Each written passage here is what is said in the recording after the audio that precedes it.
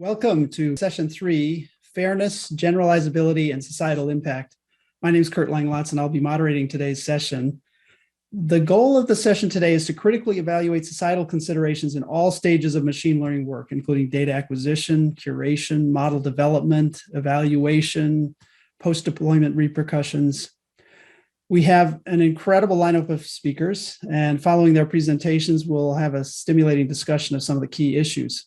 Our first speaker today is Dr. David Magnus, who is the Thomas A. Raffin Professor of Medicine and Biomedical Ethics and Professor of Pediatrics and Medicine at Stanford University, where he's Director of the Stanford Center for Biomedical Ethics and Associate Dean for Research. He has published on a wide range of bioethics topics, including research ethics, genetics, stem cell research, organ transplantation, end-of-life care, and patient communication. He currently serves as Vice Chair of the IRB for the NIH Precision Medicine Initiative and of the California Department of Public Health Stem Cell Research Advisory Committee. In addition to his scholarly work, he's published opinion pieces in popular media, including Philadelphia Inquirer, Chicago Tribune, San Jose Mercury News, and the New Jersey Star Ledger. Dr. Magnus, we're delighted to have you today.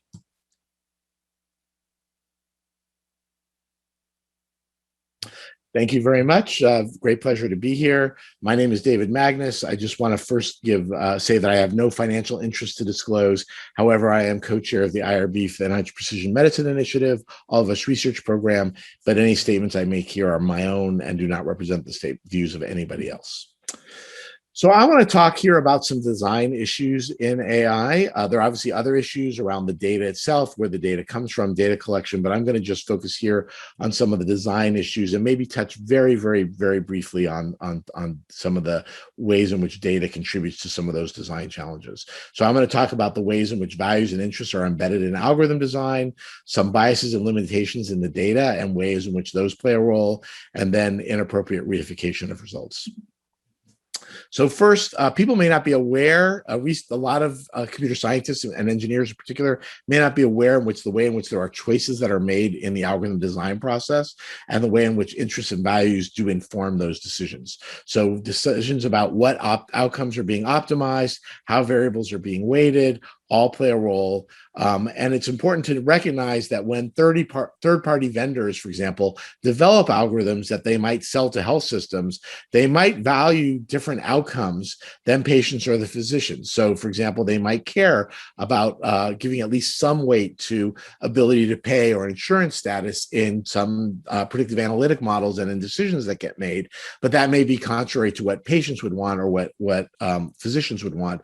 And even for things like quality metrics that are often used by CMS for determining reimbursement rates, which you might think quality, that would be obviously an important thing, but we know that sometimes there's a tyranny of these quality metrics that don't always correspond to the concerns of patients or physicians. And so there are all kinds of ways in which this can play out, either explicitly or in a hidden fashion, as was demonstrated in this classic paper that probably everyone is familiar with in Science by Obermeyer and colleagues, who looked at the way in which there was racial bias in an algorithm used to manage the health of populations by providing resources, outpatient resources for recently hospitalized patients. And the hidden impact of the design choice was a decision to use cost as a proxy for health that resulted in systematic discrimination against African Americans, partly because they access healthcare at comparable levels of illness. They differentially access healthcare, and because of that disparity, that wound up resulting in differences that were discriminatory when you use cost instead of health as an outcome to be measured. A second issue that I want to talk about is the way in which there can be problems with the data itself. One obvious problem with the data is the fact that at the present time, it's hugely biased. They didn't make a big deal of this in that Science article, but it's worth noting that in their training data, there were almost no Black people in their training data, very few Black people. We know that there are certain groups that are highly underrepresented in biomedical research, and the absence of those in that research obviously creates real problems, and I'll talk a little bit about that a bit later. But there are also ways in which there can be biases built into the data, leading to self-fulfilling prophecies that can be problematic. So in a paper that we published back in 2009, we published a similar version with similar findings last year. We were looking at the way in which developmental delay was used in solid organ transplant listing decisions for children. And we found that 44% of transplant programs always or usually take developmental delay into account in deciding whether or not to list a child for transplantation, while 39% of programs rarely or never use it. And again, this is self-reported data, so it probably underrepresents the extent to which this occurs. You can see that 40% of programs self-reported that they would never use developmental delay by itself as an absolute contraindication to listing, while 44% would actually use it as an absolute contraindication to transplant at different levels of developmental delay. So what does this mean? It means that institutions that don't list patients for transplant, or because there's similar data for decisions about offering ECMO to critically ill kids or to do surgeries on those critically ill patients with developmental delay, it means those patients who are developmentally delayed and critically ill all die. Right, which means the algorithms will learn that developmental delay is associated with death and poor outcomes, even though this is largely a function of biased decision making. So those biases will be reinforced and reified, which I think is problematic. Another problem with the data that's different, and the reason why I think it's different is because I call these biased decisions because these decisions don't reflect actual differences in outcomes. So kids who are developmentally delayed actually do just as well for transplant, and you have just as good graft survival as you do for patients who are not developmentally delayed. We have some other data looking at immigration status that found that undocumented immigrants are almost always, at vast majority of programs, make it either a very powerful relative contraindication, or many make it an absolute contraindication to transplant, even though it's been shown that you have actually better outcomes in that population than you do for the general population for transplantation. So these are biased decisions that are decisions that are made that lead to worse outcomes, which machine learning has the potential to negatively learn from and reinforce.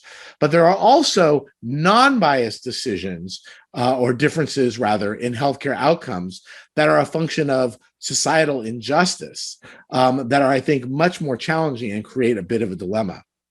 It's been well established that there is a health wealth gradient, so that the wealthier you are, the healthier you are.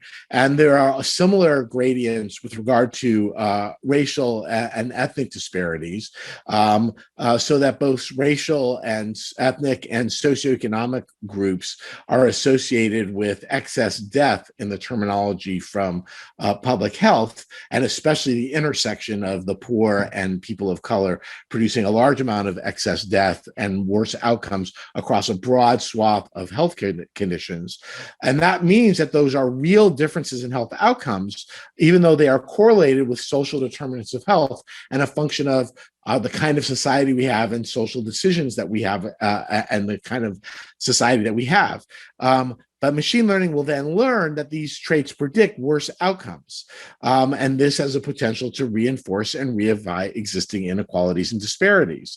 It may be that in some cases, we can take that into account and try to ameliorate those social justice issues, but it's not clear that that's really always there's a solution possible, creating, I think, real dilemmas. So for example, work at Hopkins and at Stanford, and I know Hopkins has implemented this, patients who present for palliative radiation need to be binned into those who are going to die in a short period of time, those who might benefit and therefore should not be given aggressive radiation because they're likely to then suffer for the last period of life and won't benefit, patients who might benefit from a little bit of radiation and can live for a little longer, and patients who would benefit from more aggressive radiation. It will make them sick for a while, but they could live for a couple of years. And physicians are terrible at binning patients into these two groups, but there are algorithms that have been developed that are actually quite good at binning patients into these groups.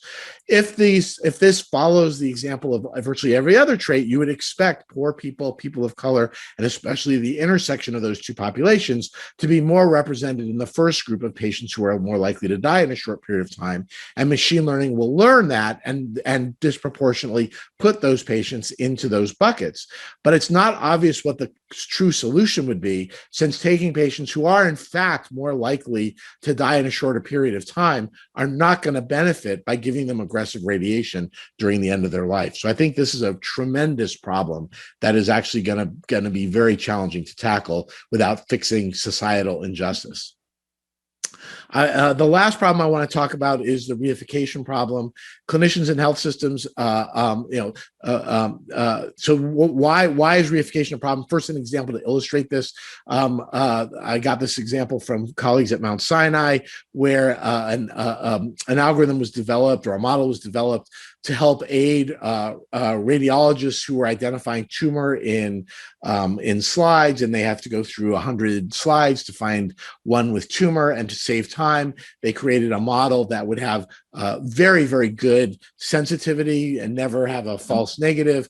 But because of that, had a very large number of false positives. But the thinking that was fine, because even if you have 40 false positives for every one true positive, it's still better to look through 40 images than to look through 100.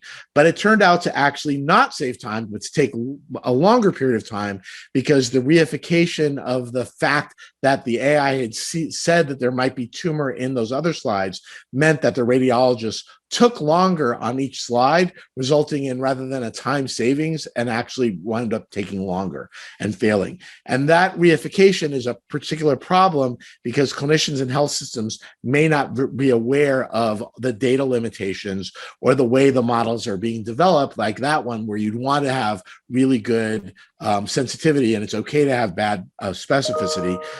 Physicians in health systems may not be aware of the value decisions and interests that are embedded in the algorithm.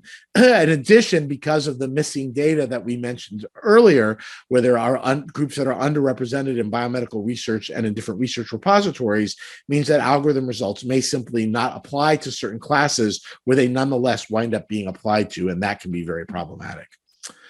I want to just end with one last take-home point. Large amounts of data and machine learning is just a tremendously powerful set of tools for great observational studies, but they're still observational studies with all the limitations that observational studies have.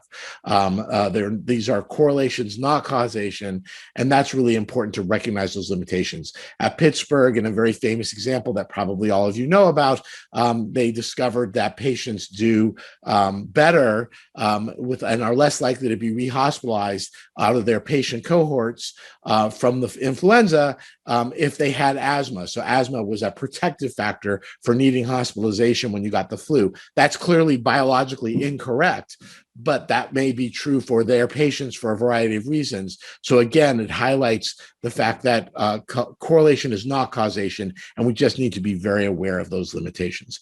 Thank you very much. Thank you very much, Dr. Magnus. We will have the opportunity to ask questions during the discussion at the end.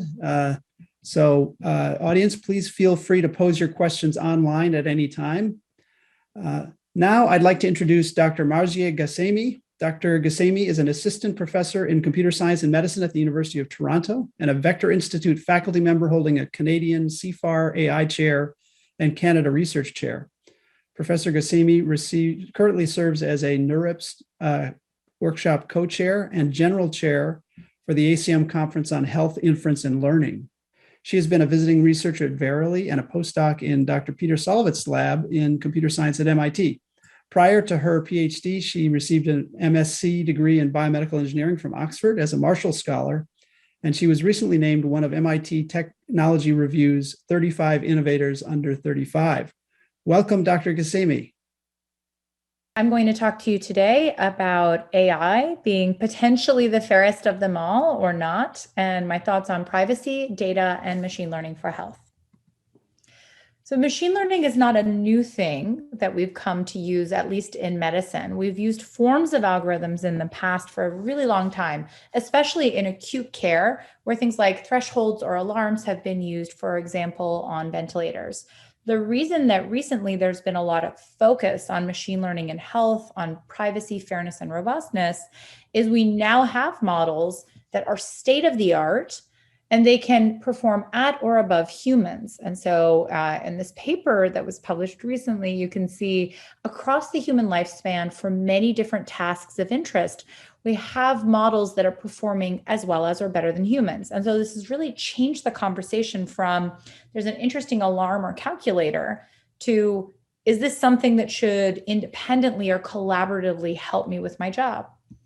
But I want to emphasize the reason that we should think carefully about what role AI and machine learning should play is because the way that each of those models was trained is we get clinical data either from practice or knowledge. We then train machine learning or statistical models, and then usually we're trying to predict some sort of clinical event or treatment. But let's go back to the beginning where the data is. If we're getting data from the knowledge that exists, so for example, gold standard in medicine is often a randomized controlled trial. That data is actually very rare. Most treatments don't have an RCT that was run because they're expensive to do. When we have RCTs, often a majority of the people who suffer from a condition are excluded as part of the criteria when you run the RCT because you're trying to study a very specific mechanism. And so it's important to understand whether those results generalize well or not. And finally, often, even when something is an established clinical practice, later it'll be medically reversed, where in a top journal like New England Journal, Lancet, or JAMA, there will be an article that says the standard practice that we do is actually bad for people. We shouldn't do that. If instead you want to learn from human practice, often what happens is we're learning from clinical devices that don't function equally across different kinds of people. For example, different skin colors or different genders. There's also clinical interventions that we could watch in a hospital record. They're often designed for majorities. And so we might be looking at risk scores where race is either over or underestimating risk. And finally, often even the labels we use, these clinical diagnostics, are defined across very few people, right? So, for example, there may be very few examples of a skin condition on darker skin, or we could have very poor markers for what a heart attack looks like in women. And so my work focuses on healthy machine learning, trying to create actionable insights in human health. I'm going to briefly talk about how we can identify what healthcare is healthy and maybe try to improve it. So the first thing I'd like to talk about is privacy, because privacy is very important to everybody. And often we use anonymization in my work, but anonymization is not robust to a linkage attack where you have, for example, other information about an individual that you've obtained and you can link that to their record. So one thing that's become very common is using a technique called differential privacy. Differential privacy ensures that any individual that is too unique, for example, if Sumana is the only person of her gender, race, age in her zip code, this ensures that when a model is put out, her information can't be uniquely identified. And so it can't be leaked to some sort of adversary who's trying to audit our model. Unfortunately, the way that you do differential privacy, we applied this to mortality prediction in the hospital, is you take data, you try to predict a task, 0 or 1 for mortality, and then to ensure that any individual who is very unique doesn't pull your gradient, your learning for that round of learning around too much, you noise and clip a gradient. But what that does is it dramatically reduces the performance that you get from AUCs or performances that are nice and high of around 0.85 all the way down to performances that are almost no better than chance. And this is despite, again, differential privacy really being the state-of-the-art approach that's being used by Google and Apple and the US Census to ensure privacy. And even worse, what we found is that by design, machine learning is built on finding and enforcing similarity, right?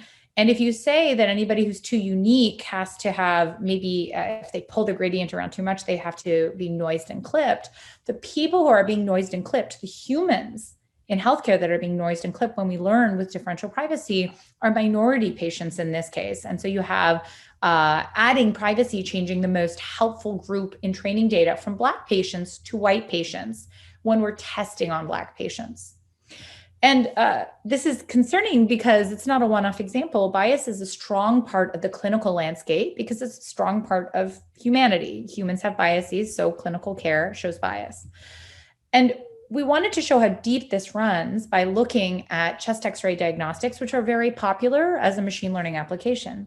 So we took over 700,000 chest X-ray images from 3 sites, trained a dense net, a kind of convolutional neural network, and tried to predict no finding, which means the model says the patient is healthy. And then we're looking at a false positive rate. The reason this is important is because if the model has a higher underdiagnosis rate or a higher false positive rate on one subpopulation, like female patients, then if it was deployed, it would lead to a higher rate of no treatment in those patients, even if they're sick. What we found is these state-of-the-art models actually have larger underdiagnosis rates in female patients, those 0 to 20, Black patients, and those on Medicaid insurance. And it's actually worse for intersectional identities. So Black or Hispanic female patients are underdiagnosed more by the model, unseen test patients, than white female patients. And you may say, well, you audited this model, and that's just something we'll have to do in general. Unfortunately, while auditing can be simple in some cases, so here we looked at the AUC performance across ethnicity, insurance type, and gender for mortality prediction in ICU notes and psychiatric notes, it's not as simple to do in all kinds of machine learning models. So in this case, we looked at a contextual language model or transformer model, and this one was trained on scientific abstracts. And so these are, articles that you find on PubMed, for example. And then we fed a real prompt from a real clinical note. Blank patient became belligerent and violent, sent to blank blank. If we fill in the blank with Caucasian or white, the model fills in the blank with hospital. If we fill in the first blank with African, African American, or Black, the model fills in the blank with prison. And so the concern here is this is really hard to audit. And this was not trained on internet or common speech. It's trained on scientific abstracts and articles. And so bias is really pernicious, and it's incredibly difficult to audit and debias these models because complex health generates complex data, right? And so we have this larger ecosystem we have to look at when we think about the process that generates our data. There are no simple fixes for doing ethical machine learning in health. You have to think about the entire process from problem selection, data collection, outcome definition, algorithm development, and post-deployment considerations as a process that you're going to engage in. And it really requires that you engage on all these levels with a diverse set of teammates that can think through them. And it's going to be ongoing. I also want to give a quick plug for my personal belief that the embodied data, the data from human bodies that we're collecting in healthcare settings, needs to be made available to academics in the same capacity that it's often that it's often made available to private companies that are able to purchase de-identified data. Because we really require these large-scale diverse data sets in order to train robust, private, fair, high-quality algorithms. And we know that synthetic data is not a robust solution. So we have recent work in the FACT conference showing that biased data sets can have disparate impacts on minority downstream classification, even when the real data set is not directly used, and even when synthetic data sets used for trainings are rebalanced. And this is because supplementing or replacing data sets with synthetic data that was generated with biased data doesn't mitigate the fairness concerns caused by the existing bias. It just hides it because now we don't have access to the existing original data set. And post hoc balancing also doesn't work well in these embedding spaces. We found that bias in data causes these asymmetric upstream embeddings, and then these biased embeddings impact downstream tasks even when we are rebalancing. And health data is really importantly lagging other fields in these openness criteria. We need to have both released code so that people can reproduce our results, but also released data, meaning data that's available to any academic from an accredited institution, as long as they sign the appropriate liability waivers to ensure that the de-identified data is being protected. And I think there are many new tools that we are using now and that are being developed by a wider community to understand not just models, but also the processes that create data and that create deployments and that create usability. This is work that's been done by a fantastic group at University of Toronto and MIT. And I believe that together, if we focus on some of these issues, we can create actionable insights in human health. Thank you, Dr. Ghassemi. Now I'd like to introduce Dr. Glenn Cohen, our next speaker. Professor Cohen is a leading expert in health law and on the intersection of medical ethics and the law. He was the youngest professor on the Harvard faculty, Harvard Law School faculty when he joined the faculty in 2008 at the age of 29. He became a tenured full professor in 2013, and he has spoken at many legal, medical, and industry conferences around the world. His work has appeared in or been covered on NPR, ABC, CNN, MSNBC, the New York Times, the New Republic, and many other media venues. His current work relates to big data, health information technologies, mobile health, reproductive technologies, research ethics, organ transplantation, health policy, the FDA, and translational medicine. Welcome, Dr. Cohen. Thank you very much for having me. Here are my disclosures, which you can see. So now this is a very high-level picture of some of the ethical issues divided between 4 phases in developing AI/ML. I'm going to go through this briefly since our time is so short, but I'm hoping we can pick some of this up in the Q&A. Phase 1 is acquiring the data. Will you require patient consent to use patient data? Will it be blanket or specific consent? How do you make it meaningful? Are there other forms of governance by patients that can supplement consent, like chartering patient steering committees to review requests to use data? If the concern is autonomy or control, not privacy, note that de-identification, even to the extent it is possible, is not a perfect solution. How representative is the data set? How can gaps be filled? When they can't be filled, how much disclosure to end users is needed? Phase 2 is building and validating the model. How do we know when the model works well enough to be used on real patients? What standards of validation we put in place? Who's going to be doing the validating? Here we have a real tension between transparency that helps build trust, let anybody look under the hood, as against the intellectual property needs for model developers who likely cannot rely on patent to do the work and thus are more likely to rely on trade secrecy. Third-party auditing by government or others under contractual protections of intellectual property might be a possible route, but will the public trust that? Phase 3 is testing the model in real-world settings. I'm going to discuss informed consent and liability more in a moment, but here I just want to emphasize there are difficult questions about model implementation versus model design, questions about choice architecture, how many overrides, how are they organized? Also, which regulator or combination of regulators are best fit to oversee this area? FDA, as we'll see, is not necessarily a natural fit for software as opposed to devices or small molecules. Is that a problem for putting FDA in charge here? Finally, phase 4. Congratulations, you have AI/ML that works, that makes patients' lives go better. Now we run into a problem of equitable access. All patients or many patients contributed data across the United States to build the model, but if the model is being developed by the private sector, it may not be accessible by all patients at all hospitals. Are there obligations to ensure access, government subsidies for low resource areas, graduated licensing, and the like? When I present to general legal AI audiences, they're like, hey, I thought all about this in driverless cars. There's nothing new to see here. I actually think that's wrong, and let me explain why. In thinking about what happens to me as a patient, as you can see from this diagram, a patient whose care is made better or worse by AI, there are many different levels of inputs. And this busy diagram actually oversimplifies things, and there should really be arrows from spokes to each other, not just to the hub. The AI developer makes a ton of choices beyond the underlying algorithm. Its adaptive or locked nature, its choice architecture.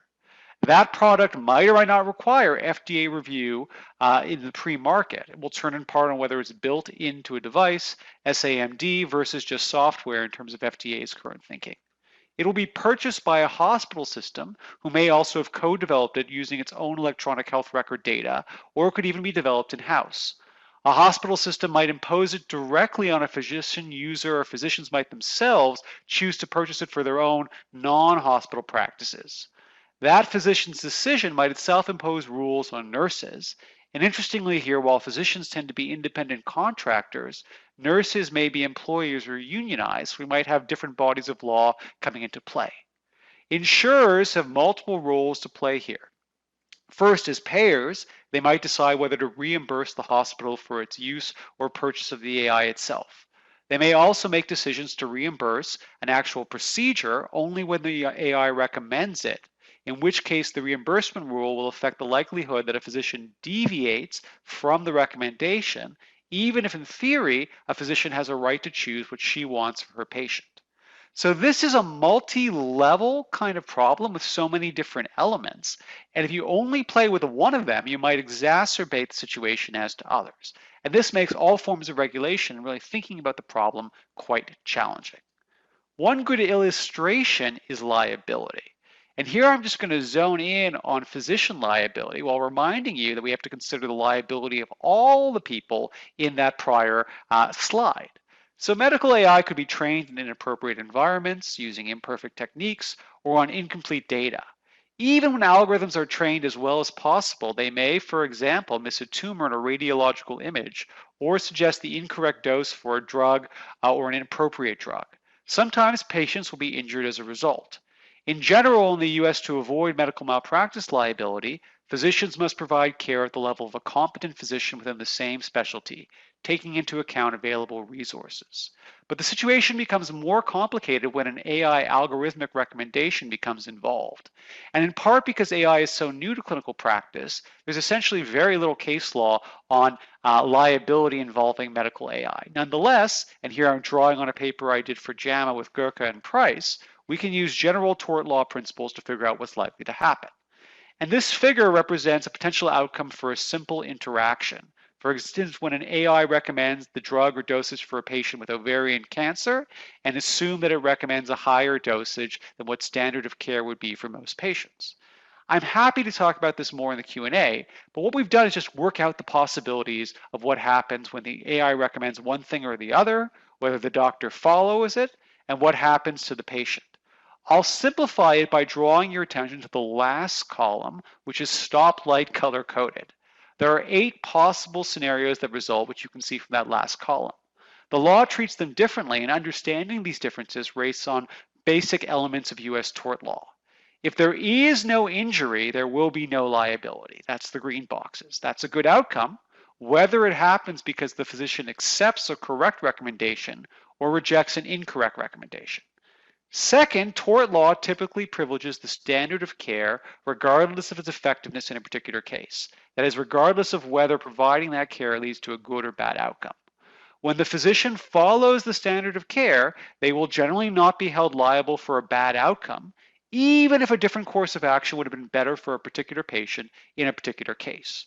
Thus, under current law, a physician faces liability only when she or he does not follow the standard of care and an injury results. Those are the red boxes. Now, that analysis suggests an important implication for physicians using medical AI to aid their clinical decisions. Because the current law shields physicians from liability as long as they follow the standard of care, the safest way to use medical AI from a liability perspective is as a confirmatory tool to support existing decision-making processes, rather than as a source of a way to improve care. Now, that may be a profoundly depressing idea because the whole reason why we want AI ML is because we think it can help us do better when we're dealing with patients. But the legal standard of care is not forever fixed. Patients, physicians groups, FDA, others have an important role to play in re-understanding what the standard of care could be. We might eventually reach a place where not using medical AI ML would be non-standard of care treatment. But if we rely on tort law to get us there, that's going to be a fairly slow process because tort law is relatively conservative when it comes to new developments. Okay. Now I want to switch to another question. What, if anything, will patients be told about the fact that AI ML is being used? As a legal matter? As an ethical matter? Does it matter whether this is just one set of data points the physician is considering versus if the physician is constrained in her ability to overrule the AI ML? What if the ability to overrule is formally unconstrained, but the payer will only pay for what the AI/ML recommends? Does it matter if it's a non-interpretable form of ML? Does it matter whether there's a clinical trial or another non-explanation epistemic warrant for the fact that the AI/ML works? So I wrote a long paper on this that you can see up here. And one of the things I struggled with is, what is the right analogy? Is this like failing to disclose to a patient that you've never done X surgery before? Is it like failing to disclose to a patient that there will be a substitute physician or ghost or concurrent or overlapping surgery? Is it like failing to disclose a financial interest, like in using someone's removed spleen cells to develop a commercial cell line? All of these have led to cases saying there's a breach of informed consent as a legal matter. Or are we exceptionalizing AI/ML in this analysis? Should we instead think of it as simply another input to a reasoning process? We were able to open up the thought process of the typical physician on which the surgery to perform or whether to recommend a particular patient goes on prep, for example, we'd find a lot of potential inputs. Vague memories from a medical school lecture, what the other doctors did during residency in such cases, the latest research in leading medical journals, the last 50 patients you saw. Nobody thinks that a physician who fails to describe each of these steps of the reasoning process violates the law of informed consent. Indeed, a physician who did disclose all this information would strike most patients as odd. Should we think of AI/ML in that way? Even if legal liability is or should be nil in these cases, we think patients generally do care a lot about this. That's to say, if we ask the patient, they say, "You're damn right I care about the AI/ML being involved." Does that generate an ethical obligation to disclose information to them? And how do we make that meaningful? Okay, and this is my last slide. And that is, how should regulators like FDA especially approach this kind of task? When should pre-market review be a necessary requirement of medical AI before it enters the market? Should we require randomized clinical trials? One problem that we point out in the system view paper I have up here, is that you have regulators like FDA, who are mainly drug and device regulators that focus on products. But the performance of medical AI, unlike, say, a new molecular entity, is not always predictable. It's not invariant. We argue that FDA needs to widen their scope from evaluating medical AI/ML-based products to assessing systems. In addition to the uncertainty introduced by human users' reactions to AI/ML outputs, the system view reveals additional complex and interacting elements to consider. Interactions between different parts of the care team with the AI, the payment structure, possibly data providers, software components, trainers. For example, an AI/ML-based SAMD might be approved by regulators on the understanding that a physician can always overrule its recommendation. But what happens if that remains formally true, but nonetheless it becomes relatively rare because a payer will only reimburse that for which the AI/ML recommends? Should that be considered as part of the regulatory process? The shift in perspective from a product view to a system view is central to maximizing the safety and efficacy of AI/ML in healthcare. But it also poses significant challenges for agencies like FDA, who are used to regulating products, not systems. And we offer several suggestions for regulators to make this challenging but important transition. Finally, I'm going to tee up and not really delve into this paper we did for Science, what we call the update problem. Even if you figure all this out for a health app, for an AI/ML, what does that mean for regulators if you allow the AI to be adaptive, sometimes called unlocked, to learn as it goes and to change? Our view is that there's great benefit in allowing these kinds of AI/ML onto the market, but it also makes the job of regulators much harder. And during the Q&A, happy to discuss how I think FDA can improve in this regard. Thank you very much for your time today. Thank you, Dr. Cohen. Our last speaker today is Dr. Judy Kachoya. Dr. Kachoya is a multidisciplinary researcher. She's a clinically active interventional radiologist who is also trained as an informatician. She serves as an assistant professor of radiology at Emory University, also serves as a data scholar at the National Institutes of Health to help guide the open data science platform to harness data science for health in Africa. Her research focuses on validating machine learning models for health in real clinical settings, exploring explainability, fairness, and a specific focus on how algorithms fail.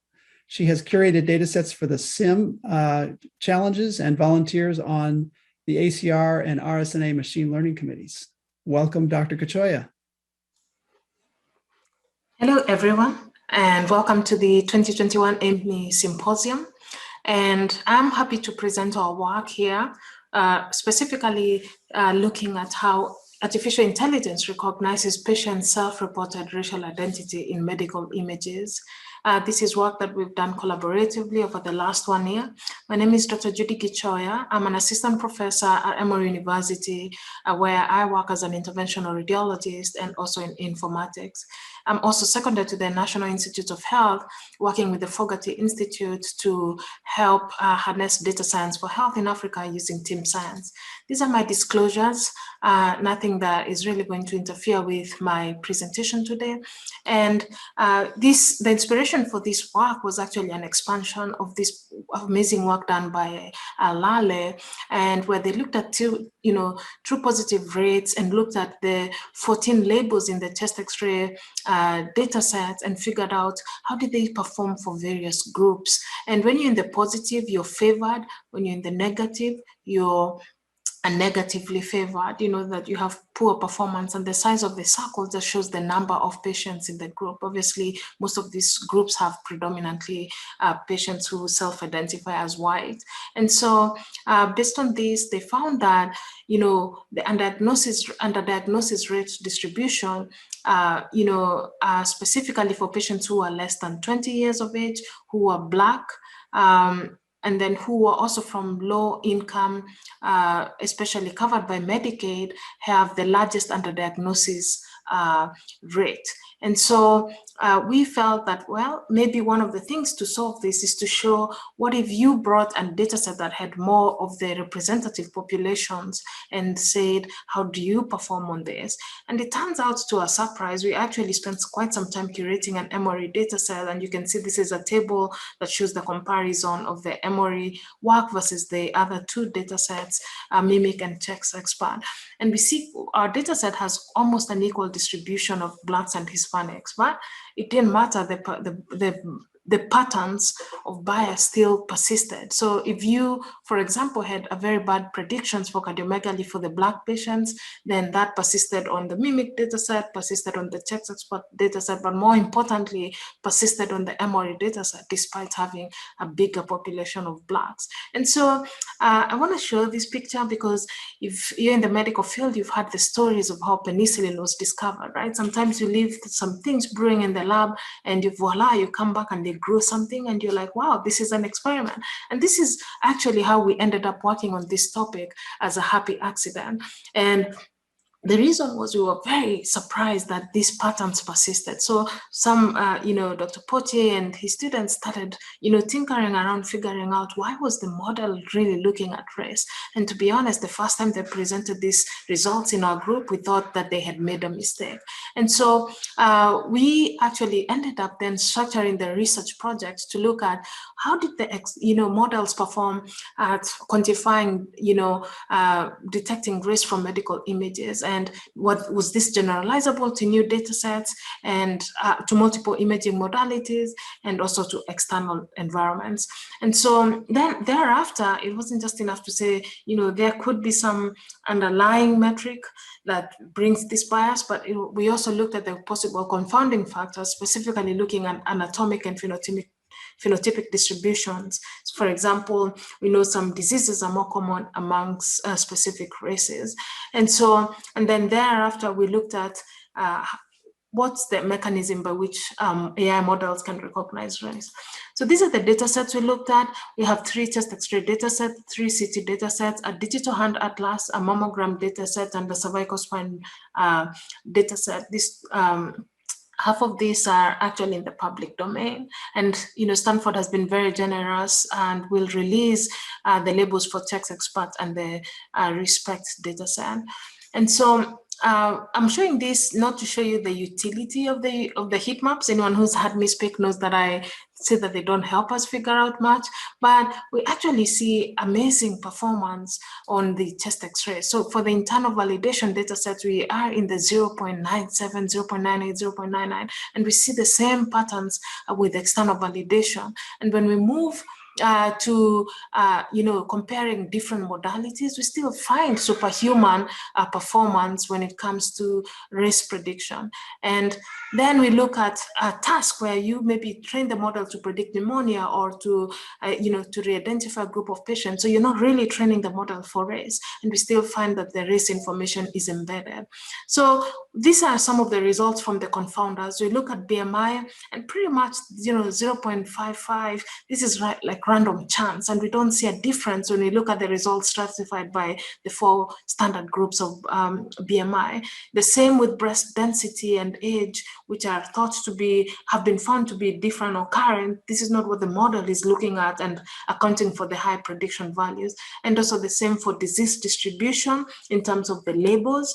And when you look at the normal or the no finding class on the chest x-ray, we remove some of the features, for example, bone density, and we do not find a difference in performance. And we also do not demonstrate a performance in the age and the patient's sex. Here are some or examples looking at the mechanism. So we blurred the images, we added noise, we actually looked at where the model was focusing on in terms of the heat maps, and actually did, blocked those areas and then repeated the experiments. And what we find is that, we really don't find much of a difference in terms of performance, that can be accounted to this. It's still better than humans. Fine, it's not 0.9, but it's still very concerning because we start to observe that the model starts to learn race from very trivial features. We segmented the lungs and looked at, what's the prediction on what would be a normal X-ray, and then what would be on the lungs, and then when you've blocked the lung, so it's all the other outside things, and then on the lung tissues. And we find that, both of these values contribute to the race prediction. We thereafter experiment by dividing all our squares here into 9, our chest X-ray into 9 squares, and block the squares randomly to look at the predictions. We still have very high values. And then we also zoom into one segment and find that we still could predict race from, using one patch. And so I think what's the most concerning is looking at this high frequency and low frequency feature domains. And we look at, if you look at here, what would be close to a normal, chest X-ray. If you showed me here, maybe I could hallucinate that there's a chest X-ray, but for sure here, I cannot tell you that this image is a chest X-ray. But when you look at the values, we're still above, 0.8 for the AUCs for race prediction, which is very concerning because it shows that this information is actually embedded on these images that are barely perceptible to radiologists. We observe the same when we, downscale the images. This is around 4x4. I cannot tell you that this is a chest X-ray, let alone tell you that whose race this chest X-ray belongs, but we still find more higher performance. And so we found in conclusion that AI models can detect race on medical imaging, specifically CTs and chest X-rays. And we unfortunately, we observed that these findings generalized to other data sets and other institutions very well. But we actually could not find a good clinical confounder or anatomical, feature that helps us figure out why this is the reason. And what's even more important is that the identification on race is trivial on things that humans, I am a radiologist, cannot perform better than the model. And so we have to think about how we are regulating these algorithms, and we also have to spend some time looking at data sets and deep learning models for improving explainability and mitigating bias. We've published this as a in the preprints, we're providing labels thanks to the AIMI Center. We're also providing all the code for the models, and really hope that you will participate in the validation and helping us figure out why this is the case. This work was done by a big team of students across 5 institutions, from Taiwan to Australia to the US, across different parts of the US. And I encourage you to read about this story where we talked about village mentoring and hive mentoring, because this is how we work, and this is what has made this project successful. Please look, you can find out more about our lab at Emory, and we work very well collaboratively, and we're always hiring. Thank you very much for the opportunity to present. Thank you, Dr. Kachoya. That was a tremendous presentation, and we've had a number of great presentations highlighting what I think is one of the most important issues that we're dealing with today in AI and healthcare, and that is issues of bias and fairness and generalizability. So we're really happy to have you all here today to answer some of the audience's questions, and I know we have thousands of registrants out there who may have questions. So if you do have them, I'm monitoring the Slido and would be happy to pose those to the panelists. So let's get started. A number of you have emphasized the issue of fairness of AI models and some of the things that you might want to consider throughout the life cycle. And I want to ask, a lot of good work has shown that there are trade-offs between getting better accuracy overall and getting fairness between groups. And so how do we manage the trade-offs between fairness, or do we think there are trade-offs between fairness and other desirable goals like accuracy, low cost, cost efficiency, and the like? So maybe I'll start, Judy, start with you. What do you think about that question? So thanks, Kat, for inviting me to this panel. And I think we are a little obsessed about having one single working model for everyone. And so maybe we thought that you just need the best model for your population, and I think we've seen papers that have been written about this, about the myth of generalizability, then you would move to a place that you can be okay with a drop in performance for other groups, because you know that if you have an ensemble model that's working across multiple categories, then you can just actually focus on improving what's best for that subgroup population that you have. And so I don't see, I agree with you, most people always talk about fairness and the trade-offs, we don't want a lower performing model and all these things, but I think the cause of harm and potential for harm in healthcare is so high that we should actually focus more on fair. And if the model just doesn't bring value, it just doesn't bring value. Good. Any other thoughts or comments on that, David or Glenn? After you, David. No, after you, Glenn. I was going to say, in some ways, it's worse than you make it sound, Kurt, and let me tell you why it's worse, which is to say we also have conflicting views about what fairness means and what fairness requires, right? And I think most of the literature on fairness has been obsessed in a way that mirrors my field, law, about constitutionally suspect categories, race and gender. But there are many other kinds. I mean, David's talked a little bit about other groups of disability. There are many ways in which something may be unfair to a group, and there's a checklist that you can do to look through certain groups, but there's tons of kinds of associations you might never think. So that's the bad news. The good news, though, from my perspective, is the question is not, is this algorithm perfect, but how does it do against the status quo? Because much of the distribution and practice of medicine is also racially biased, gender biased, disabled biased. And the question for me is, are we incrementally doing better, and how much better are we doing? David? Yeah, I would agree with that. I would also say answer to all these kind of questions is almost always it depends. I think there are some circumstances, I think I mentioned one in my talk, where trying to improve the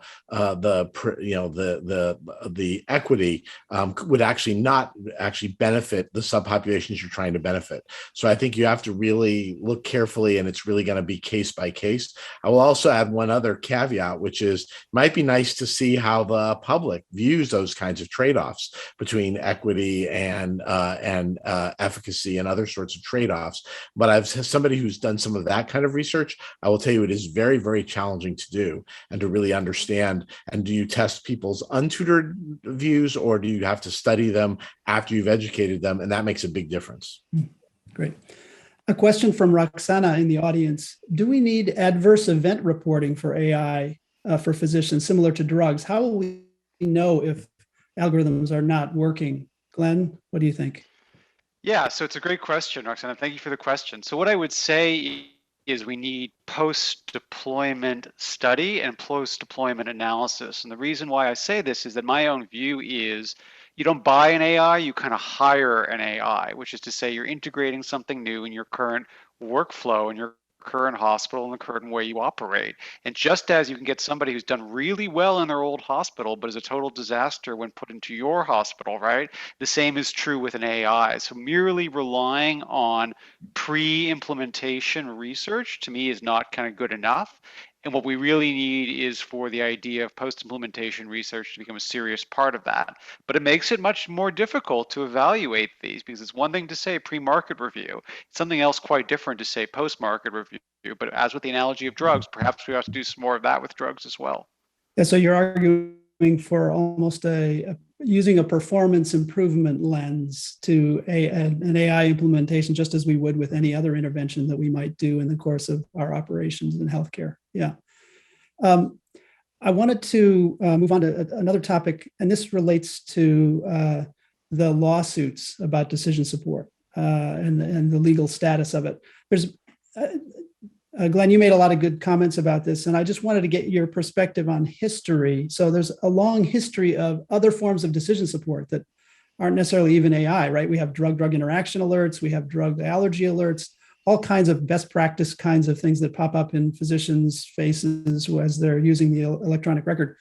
And I believe there hasn't really been a case, you correct me, where a vendor of those algorithms has been sued, unless there's some form of negligence or something like that. But typically the physician who's using those tools is held accountable. And you made this point towards the standard of care. So is that the way that we should look at these legal questions, that really it's all about the user?